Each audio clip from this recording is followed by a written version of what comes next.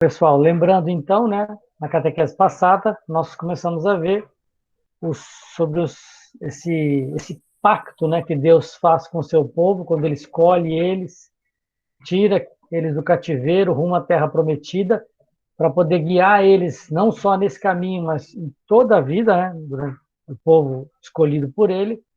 Ele dá então a sua lei, os seus mandamentos, para que seja o norte, para que seja a direção para que eles sigam, né, na sua vida. Na semana passada, nós vimos a primeira parte desses 10 mandamentos, que a gente chama de decálogo, né, porque tem a ver com 10 leis, decálogo, que na primeira parte que trata da relação nossa com Deus. Então, Deus sabiamente divide, né, os mandamentos em duas partes. Os primeiros são da nossa relação com Deus, é amar a Deus sobre todas as coisas. Quais são os outros? Vocês lembram? Né? Vamos olhar na apostila. Lembram? Não Não, tomar né? o seu Então, nome vou em relembrar vão, vocês. Primeiro, amar a Deus sobre todas as coisas. Segundo, depois, não tomar o seu santo nome em vão. E o terceiro, guardar domingos e festas. Então, os três tratam da nossa relação com Deus, de como nós devemos nos dirigir, como nós devemos manter a nossa relação com o nosso Criador, com o nosso Deus. E depois, então, Deus elenca uma série de atitudes que nós devemos ter para com os irmãos. Que a nossa ligação não é somente com Deus, mas também com os irmãos. Né? A nossa salvação depende disso, né? Do meu amor para com o meu irmão depende do meu amor para com Deus. Então, nós vamos aprofundar um pouquinho nisso. São maiores, né? Na catequese passada eram 3, nesse vão ser 7, são 10, né? Então, vamos tentar ser breve em cada um deles, uma rápida explicação, para a gente entender um pouquinho dessa dinâmica que Deus cria de relação de amor, de relacionamento de amor com o homem através do decálogo, através dos 10 mandamentos. Tá? Seja bem-vinda, Sônia. Então vamos lá, o quarto mandamento. O quarto mandamento ele diz: honra teu pai e tua mãe. É o que a gente conhece, honrar pai e mãe. Né? O que significa isso? Com esse mandamento, Deus quis que nós honrássemos os nossos pais e todos, né, os que Ele, Deus, para o nosso bem, investiu de autoridade.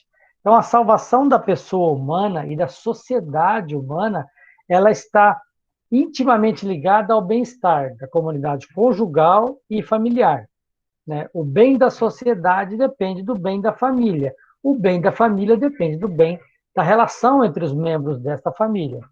Tá? Então, os filhos devem aos pais respeito, gratidão, justa obediência e ajuda. É interessante é que nesse mandamento, ele é o primeiro mandamento que vem com uma promessa. Aliás, acho que é o único que vem com uma promessa. Ele diz assim: honra teu pai e tua mãe, para que se prolonguem os teus dias na terra que o Senhor teu Deus te dá. Então, honrar pai e mãe é, é sinal, quando a gente faz isso, Deus nos cumula de bênçãos, Deus nos dá longos dias. Né? É o que está escrito lá no livro do Êxodo, né? No capítulo 20, no versículo 12, quando Deus cita esse mandamento, ele vem com uma promessa: se vocês fizerem isso, seus dias se prolongarão sobre a terra. Então, olha a importância que Deus dá para isso, dessa relação nossa com os nossos pais. Dizem os psicólogos, né, que a primeira ideia que a criança faz de Deus, quando nós, né, através da nossa conversa com nossos filhos, tentamos mostrar quem é Deus, a primeira figura que a criança idealiza como Deus é o pai. Por isso que é a importância dessa nossa relação com nossos pais. Quando nós tratamos bem os nossos pais, quando nós demonstramos amor para com eles, é na verdade a Deus que nós estamos dando esse amor, porque eles foram as criaturas escolhidas por Deus para nos gerar. E não só para gerar vida, mas também para nos gerar como pessoa, para nos educar, para nos alimentar, para cuidar de nós. é nas mãos deles que Deus nos entregou. Então, quando nós damos esse amor a eles, a gente está, na verdade, dando esse amor a Deus. É uma forma da gente agradecer a Deus pelos pais que a gente tem. Pode não ser os pais mais perfeitos do mundo, né? Mas a gente também não é perfeito. A gente não pode exigir isso deles também. Eles têm seus problemas, nós temos nossos problemas, né?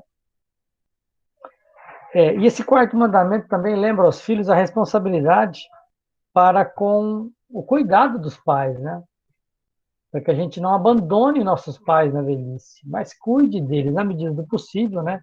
É uma coisa muito difícil, eu sei, mas é algo que a gente não pode também deixar, abandonar os pais depois que eles estão senis, que não, nós não temos condição de cuidar, então a gente abandona eles, joga ele no asilo e nunca mais vai visitar eles. Não.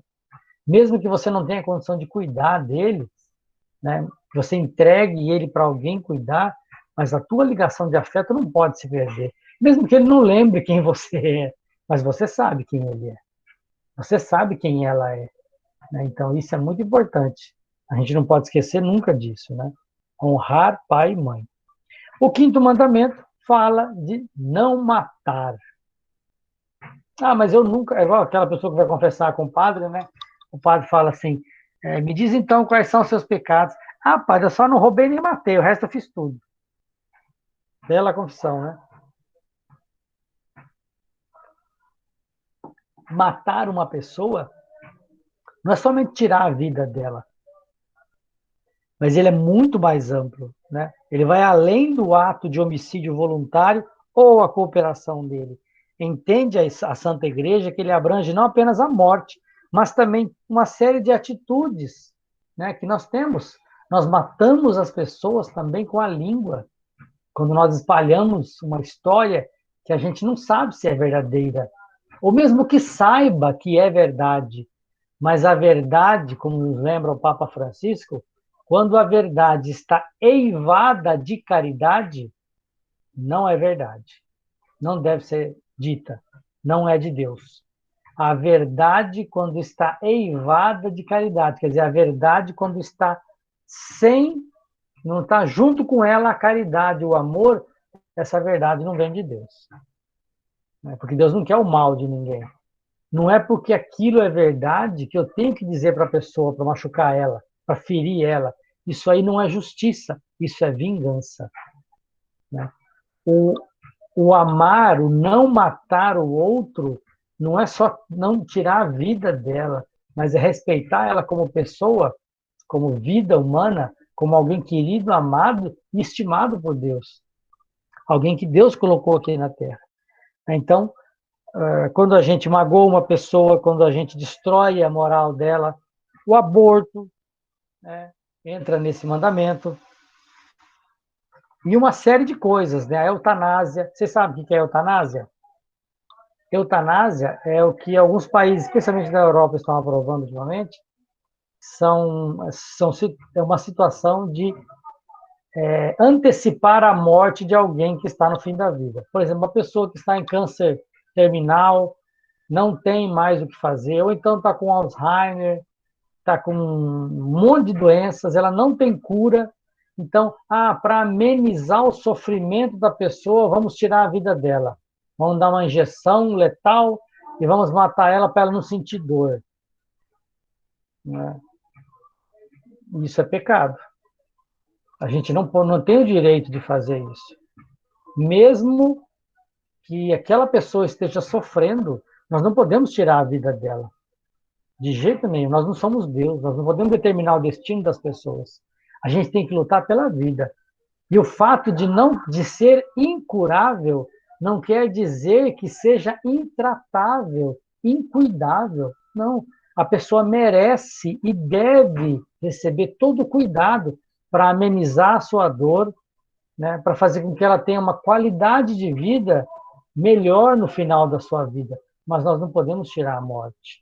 Nós não podemos tirar a vida dessa pessoa. Não podemos antecipar a morte dela. Isso não é um direito que nós temos. Eu não posso antecipar a minha morte. É a mesma coisa de eu me suicidar. Nós não podemos fazer isso. Isso fere a dignidade da pessoa. né, da nossa relação com Deus. Então, a gente tem muito cuidado, porque às vezes a gente aprova, a gente apoia essa ideia que a mídia joga como que, mas coitado, eles estão sofrendo, né? Então a gente tem que dar esse direito da pessoa escolher. Não, nós não podemos escolher se a gente vai viver ou vai morrer. Só Deus tem esse poder, nós não. Né? Mas a gente tem que ter o direito de escolher sobre o nosso corpo, sobre a nossa vida. Eu acho isso um pouco forçado, né? A gente não manda nem no nosso intestino. A gente não manda na nossa respiração. Se você agora falar assim, eu não quero respirar mais, você não consegue. É involuntário. Você não tem poder sobre isso. Então você não manda no seu corpo. Se a gente mandasse no nosso corpo, a gente diria assim, hoje eu vou comer um pote de sorvete e não vou engordar. A gente é capaz disso? Não, porque a gente não manda no nosso corpo. Ele tem regras que devem ser obedecidas, mas nós não mandamos nele. Não é nosso, não é nossa vontade. Então, é uma utopia isso, essa questão de, meu corpo, minhas regras. Não. A gente tem que respeitar a vontade de Deus, porque nós não pertencemos a nós mesmos, mas pertencemos a Deus. Dele viemos e para ele vamos voltar um dia, se Deus quiser. Né? Se Deus quiser. Vamos então já para o sexto mandamento. Se ficar alguma dúvida, depois no final vocês podem perguntar, tá bom? Fiquem à vontade. Vamos então para o sexto mandamento, que diz assim: não cometerás adultério. Jesus uma vez falou, no Evangelho de Mateus, tem uma passagem que diz assim: ouvistes o que foi dito, não cometerás adultério. Eu, porém, vos digo, todo aquele que olhar para uma mulher desejando-a, já cometeu adultério com ela no seu coração. Então, Jesus é pesado nesse mandamento. Não é simplesmente cometer o ato sexual com a pessoa, mas ele diz que quando a gente deseja ter o ato sexual com aquela pessoa, mesmo não fazendo, já é uma forma de adultério. Lembra que eu falei a respeito do sacramento do matrimônio esses dias? Que quando a gente se entrega, pelo sacramento do matrimônio, nós passamos a não ser mais donos do nosso corpo. Mas o meu corpo pertence à minha esposa, o corpo da minha esposa pertence a mim. Então eu não tenho o direito de usar ele com outra pessoa. É um pecado muito grave. Deus é amor e vive em si mesmo um mistério de comunhão pessoal com o amor. Então, ao criar a humanidade, ele cria a sua imagem e inscreve nela a vocação para o amor. E essa vocação para o amor tem uma responsabilidade entre os dois, de mútua entrega. Não pode haver uma terceira ou quarta pessoa nessa relação. Então, a sexualidade afeta todos os aspectos da pessoa humana, na unidade do seu corpo com a alma. Diz respeito particularmente à afetividade, à capacidade de amar e de procriar, e, de um modo mais geral, à aptidão para criar laços de comunhão com alguém. Então, a castidade significa a integração conseguida da sexualidade da pessoa. Que a sexualidade não é só o ato sexual, mas é todo o ser nosso que envolve a sexualidade. Ela exprime a pertença do homem ao seu mundo corporal e biológico, mas também integrada na relação da pessoa com pessoa, no dom mútuo total, na entrega total do homem para a mulher e da mulher para o homem. E isso aqui não é só para o homem, não, mas é para a mulher também. Quando Jesus fala que o homem olha para uma mulher já desejando ter relação com ela, comete pecado, a mulher também. Se ela olha para um homem desejando ter relação sexual com ele, comete pecado com ele também. Tá? Então, a igreja deu ao matrimônio a dignidade de sacramento. Portanto, o adultério e o divórcio, a poligamia, que é uma relação com vários membros, um homem com várias mulheres, a mulher com vários homens, e a união livre são ofensas graves à dignidade do matrimônio. A tradição da igreja entendeu o sexto mandamento como norma para todo o conjunto da sexualidade humana. Cristo é o modelo da castidade. E todo batizado é chamado a levar uma vida casta. E levar uma vida casta não é só para os solteiros, não, para os casados também. Que quando eu, como casado, me dedico inteiramente à minha esposa, eu estou sendo casto. Né? Casto na mente, casto no corpo. Então a castidade é para todos, não é só para os solteiros, para os casados também. Né? Castidade não significa não ter relacionamento sexual, mas castidade é muito mais uma preservação de si para o outro, uma entrega total da minha vida, meu corpo, minha alma, meu corpo, todo o meu ser não pertence só a mim, mas à minha esposa também. Então é dela meu corpo, não meu. As criancinhas aparecendo na TV. Vamos então para o sétimo mandamento, que diz, né, conforme Êxodo 20, versículo 15, não roubarás. Então, o sétimo mandamento proíbe tomar ou reter injustamente os bens do próximo, ou lesá-lo, de qualquer modo, nos mesmos bens.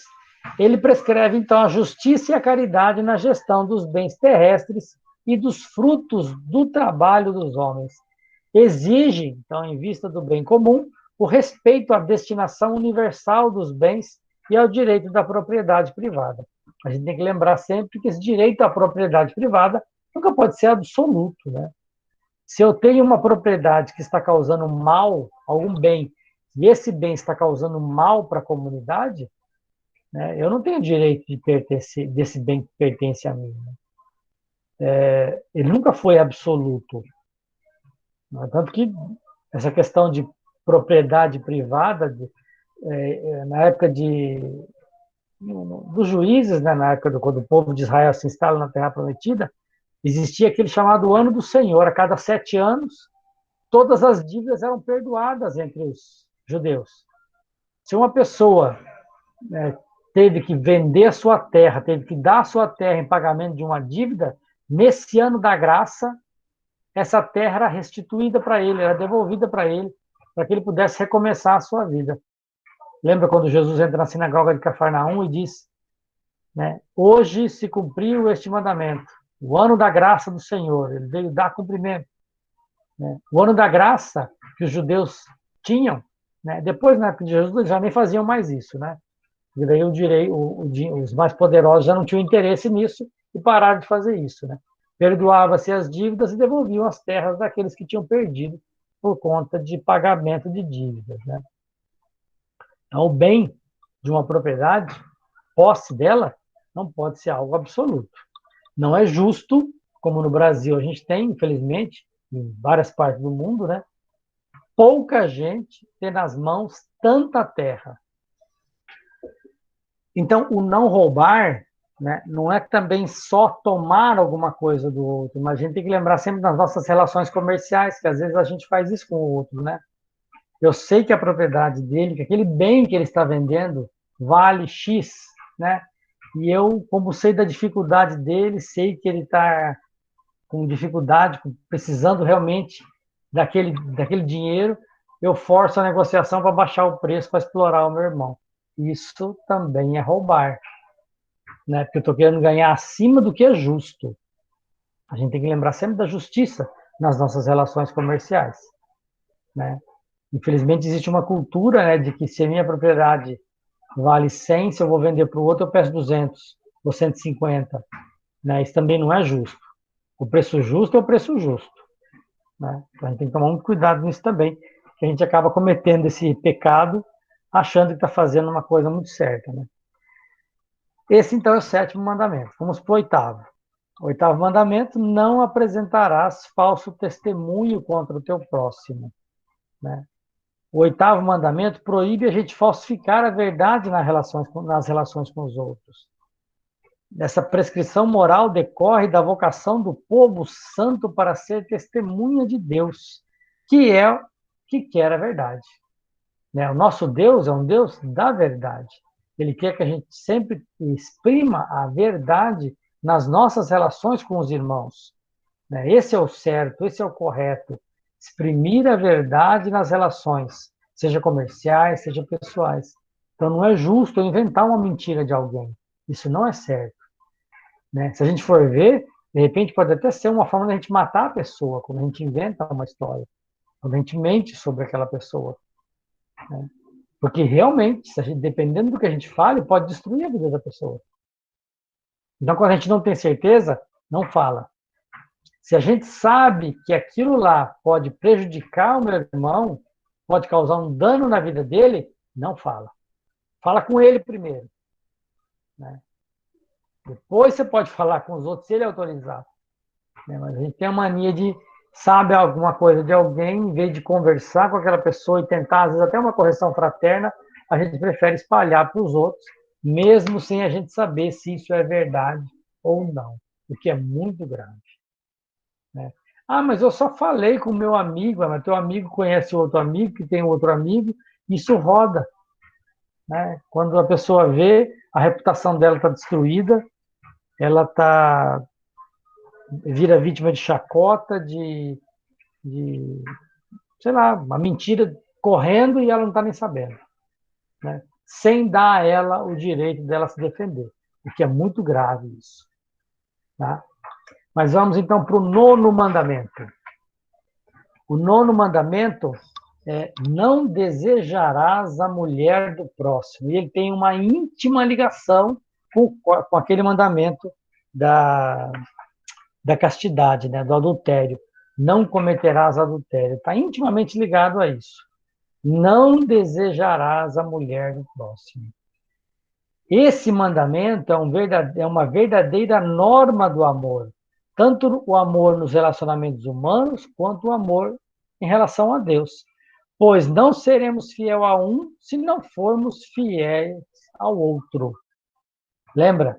A nossa relação com Deus está sempre intimamente ligada à nossa relação com o meu irmão, né? Hoje podemos afirmar que este mandamento, novamente, se refere a ambos os sexos. Não é só desejar a mulher do próximo, mas também o homem da próxima, né? Tanto ao homem como à mulher não é permitido o ato de cobiça. Em seu conteúdo está contida a valorização e a dignidade da sexualidade humana, onde deve haver respeito mútuo. Respeito mútuo. Um não possui maior dignidade que o outro. Ah, mas homem é assim mesmo. Não, homem não é assim mesmo. Não. Cachorro é assim mesmo. Homem tem liberdade para escolher o que ele quer. O que nos diferencia dos animais é que nós temos liberdade. Essa liberdade permite que a gente tenha direito de escolha. O animal não tem direito de escolha. Se eu vejo uma mulher, ou se uma mulher vê um homem e sente tentado, né, a buscar uma relação com aquela pessoa, você tem inteligência e capacidade para dizer não. Isso não se deve fazer, porque eu vou ferir a lei do meu Deus. Muito mais do que as relações entre nós estamos ferindo a nossa relação com Deus. Quando eu abuso do meu irmão, seja de que forma for, eu estou abusando do templo do Espírito Santo. É Deus que eu estou ferindo. É Deus que eu estou magoando. Então, o fim último deste mandamento é visualizarmos na beleza humana a grandiosidade de Deus. É enxergar nas pessoas a beleza da criação. Olha, você olha para uma pessoa, olha que pessoa bonita, olha que homem bonito, olha que mulher bonita. Deus criou isso. É obra de Deus. Não é um pedaço de carne para a gente utilizar. É muito mais do que isso. É templo do Espírito Santo, né? E aí, então, a gente vai para o 10º mandamento, que é: não cobiçarás coisa alguma que pertença a teu próximo, né? Este mandamento ele completa o anterior no sentido de que essa cobiça deve se estender também, se não cobiçar, não só a mulher ou o marido da outra, né? Mas também a tudo que pertença ao outro. É a inveja, né? A gente, às vezes, tem pessoas que nunca estão felizes porque não são capazes de valorizar o que têm. porque sempre almejam aquilo que é do outro.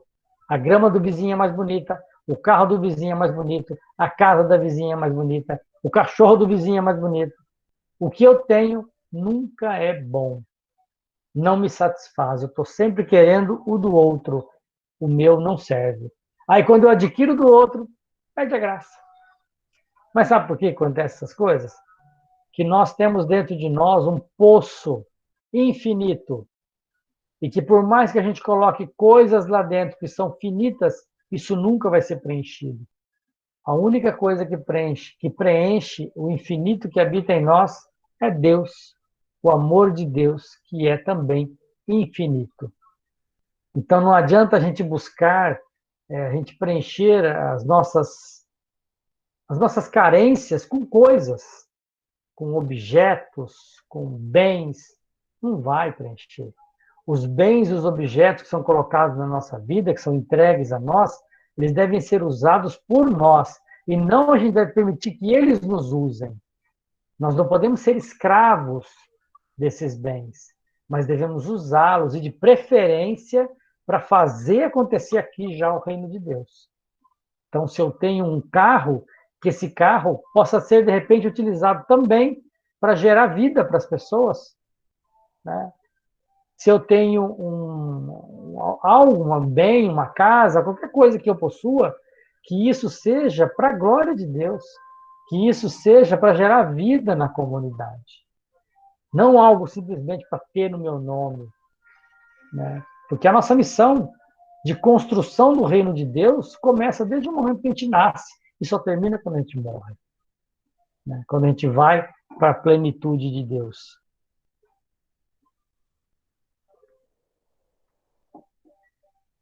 Então, a pessoa que valoriza e reconhece o valor do que possui, não tem tempo de cobiçar ou desejar aquilo que não é seu, que não lhe pertence. Por isso que Jesus fala lá no Sermão da Montanha, lembra que ele diz assim, felizes os, que está no Evangelho de Mateus, se eu não me engano, felizes os pobres em espírito. Ele não fala felizes os pobres, porque não é a ausência de dinheiro que faz com que a gente seja feliz, né? Mas é a ausência de apego ao dinheiro. Tem gente que tem muita coisa e nunca está feliz. E tem gente que tem pouca coisa, mas vive com um sorriso estampado no rosto, porque se contenta com o pouco que tem, aceita o pouco que tem e valoriza isso como graça recebida por Deus. Se vier mais, ótimo. Se não vier, consegue viver a sua vida sem desespero, sem loucura, sem aquela procura desesperada pelos bens materiais, mas com serenidade, com tranquilidade, né? Então, a gente pode... Os bens têm que pertencer a nós e não nós pertencermos aos bens. Não podemos ser escravos deles, né? O desapego das riquezas é necessário para entrar no reino dos céus. Bem-aventurados, então, os pobres de coração, os pobres em espírito, porque deles é o reino dos céus. Uma coisa interessante que a gente pode ver com relação aos mandamentos é que eles são 10 mandamentos, né? Se a gente lê o capítulo 20 do livro do Êxodo, que eu li na semana passada, estão lá os 10 mandamentos, né? Nós colocamos dessa maneira. Os nossos irmãos evangélicos, né, eu já vi algumas imagens, né, dos 10 mandamentos que eles fizeram pela internet, eles desmembram um dos mandamentos da relação com Deus e transformam de 3 em 4. E juntam o não cobiçar as coisas alheias com não cobiçar a mulher, como se a mulher fosse coisa do outro, né? Isso não é certo. A Igreja Católica separa esses dois, né? Porque a mulher do outro ou o homem da outra não é um bem que lhe pertence, é diferente, tá? Como quando a gente casa com uma pessoa, a gente se entrega e passa a pertencer um ao outro, mas é uma pertença que não dá mando. Eu não mando no outro, eu recebo o outro, é diferente, tá? E eles fazem isso para poder colocar que lá no, quando fala amar a Deus sobre todas as coisas e não tomar o seu santo nome em vão, fala de não construir imagens para adorar, né? Então eles pegam aquilo ali como um mandamento, mas aqui não é um mandamento, é uma explicação do amar a Deus sobre todas as coisas, né? Mas como eles querem pegar no nosso pé por conta de que eles acham que a gente adora santo, né? Que a gente adora a imagem de santo, imagem de Nossa Senhora, eles usam aquilo lá como um dos mandamentos, né? Então não é, né? Os mandamentos são esses que eu falei, é amar a Deus sobre todas as coisas, não tomar o seu santo nome em vão, guardar domingos e dias de festa, honrar pai e mãe, não matar, não cometer adultério, não roubar, não apresentar falso testemunho contra seu irmão, não desejar a mulher do próximo e não cobiçar as coisas alheias. Esses, então, são os 10 mandamentos, né, da lei de Deus, ao resumo que ele deixou para nós, da sua lei, né, daquilo que deve nortear a nossa vida. Se a gente for ver, as bem-aventuranças são sempre em cima disso. O Pai Nosso também é em cima disso. É digamos assim, um aprofundamento disso aqui. Quando Jesus diz que toda a lei se resume em amar a Deus e ao próximo como a si mesmo, se a gente for ver os mandamentos, Jesus está coberto de razão. É isso mesmo. Quando nós amamos a Deus sobre todas as coisas, aquela primeira parte está tranquilo, nós não vamos fazer. E se amamos o próximo como amamos a nós mesmos e amamos Deus, esses outros 7 mandamentos a gente não vai fazer, porque a gente vai respeitar e vai amar o próximo. Beleza? Alguma dúvida, pessoal? Se quiserem fazer pergunta, pode ligar o microfone, levantar a mão. Fiquem à vontade.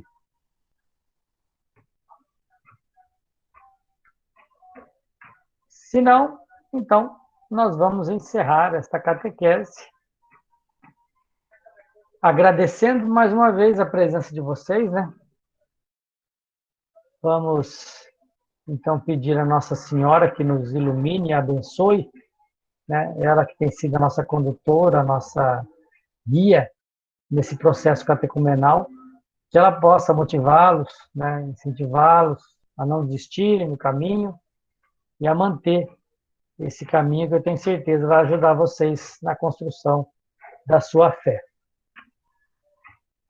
O Senhor esteja convosco. Ele está no meio de nós.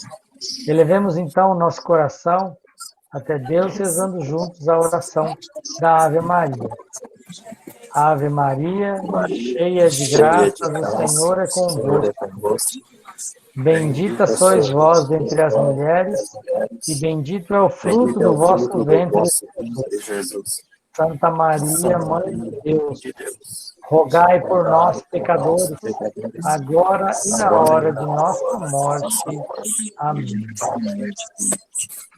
Por intercessão do nosso querido padroeiro São José Operário e da nossa Mãe Aparecida, abençoe-vos o Deus Todo-Poderoso, Ele que é Pai, Filho e Espírito Santo.